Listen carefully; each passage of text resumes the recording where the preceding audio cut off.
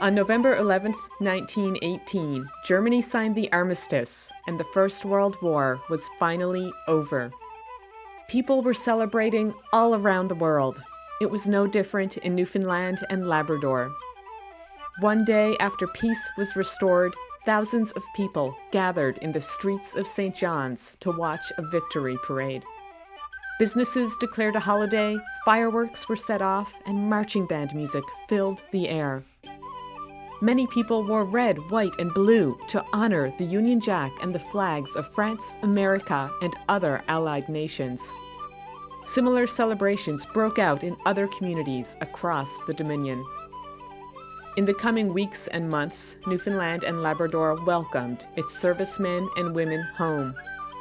It also grieved for the hundreds more who would never come back. The war had exacted a terrible cost, and the changes to Newfoundland and Labrador society were as profound as they were far-reaching. Some of the changes were positive. Many of the men and women who returned from overseas brought with them exciting new ideas and attitudes. They began to question social norms and to demand greater equality for underprivileged segments of society. Women's suffrage gained important ground. The war had challenged previously held assumptions about women's roles, and soon growing numbers of people began to endorse suffrage. People like Frank Lind. He was a soldier with the Newfoundland Regiment who reported on his experiences overseas to the St. John's Daily News. On Saturday, I got leave and paid a visit to Edinburgh. I noticed that since we left, they have put women conductors on the cars so that the men can go to the front. Same in Glasgow. Now, who said women should not have the vote? God bless the women. Many of the nurses who had served in Europe became suffrage leaders when they returned to Newfoundland. So did the women who had worked tirelessly on the home front. Their battle ended in victory in 1925 when the Newfoundland legislature made it legal for women to vote and run for political office.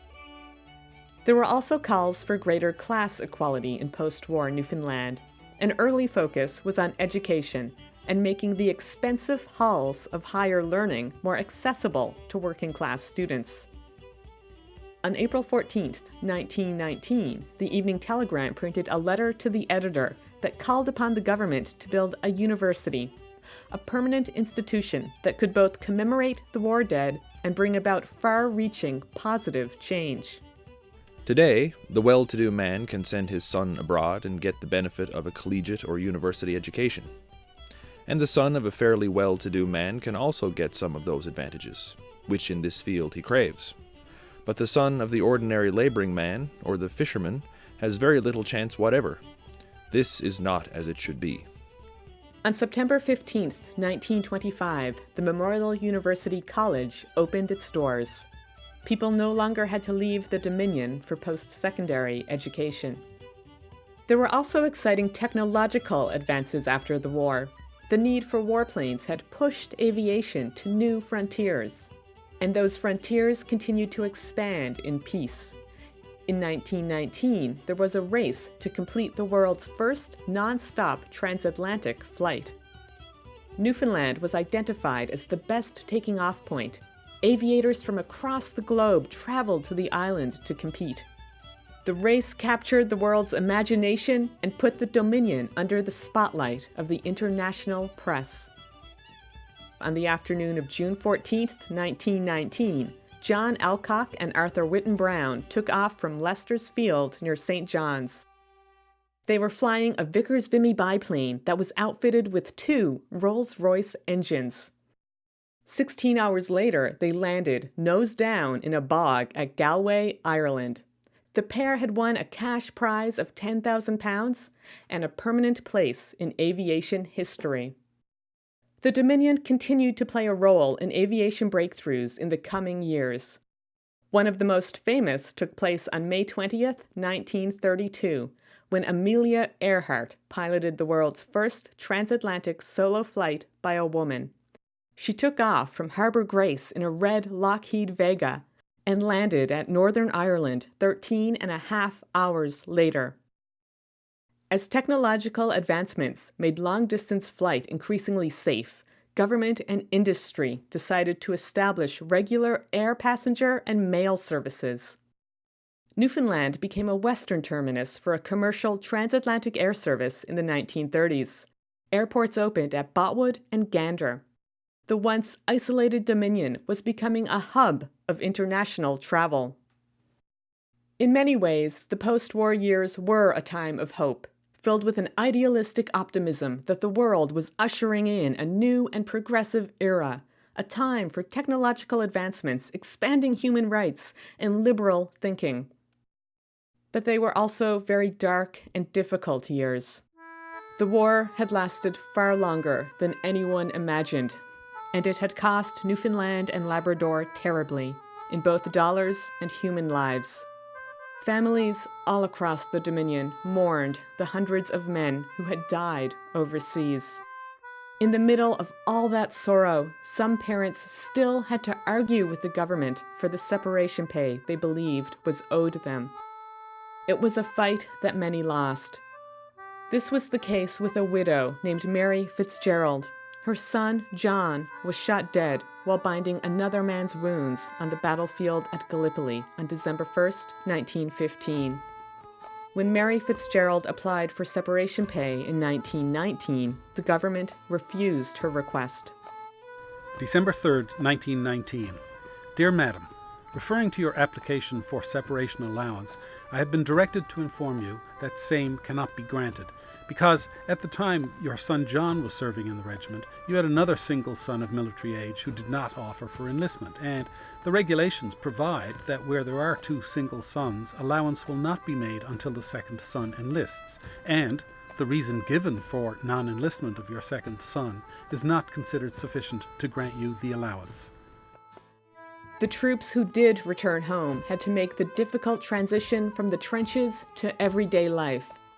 For many, it was a painful time, and one made even harder by a bureaucratic process that seemed both complicated and uncompassionate. In 1921, the Great War Veterans Association accused the Newfoundland government of neglecting the returned soldiers. It said that pensions were far too low and amounted to only about half of what the Canadian government gave its soldiers. Unemployment was another problem. The association claimed that there were about 200 out-of-work veterans in St. John's alone. It placed most of the blame on the government for not hiring enough soldiers into the civil service. Similar complaints came from the public. In 1921, the Evening Telegram reported that it had received hundreds of letters from soldiers and sailors who were angry about the scarcity of jobs for veterans. The burden of complaint of the bulk of these writings was the manner in which complainants and their comrades had been treated in the matter of positions and in the receipt of post-war pay. The dissatisfaction over both these matters had not yet been overcome. In the matter of positions, particularly those in the gift of the government, returned men protest that there has been discrimination against them, and that they have not been treated with that courtesy and fair play to which they are entitled.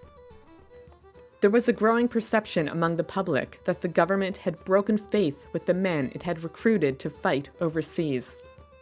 But the government was in no position to increase spending. It had borrowed heavily to finance the Newfoundland Regiment and emerged from the war deeply in debt. It could barely afford to make the interest payments on its war loans, let alone create jobs and increase soldier pensions. The situation deteriorated in the 1920s as a global post-war recession set in.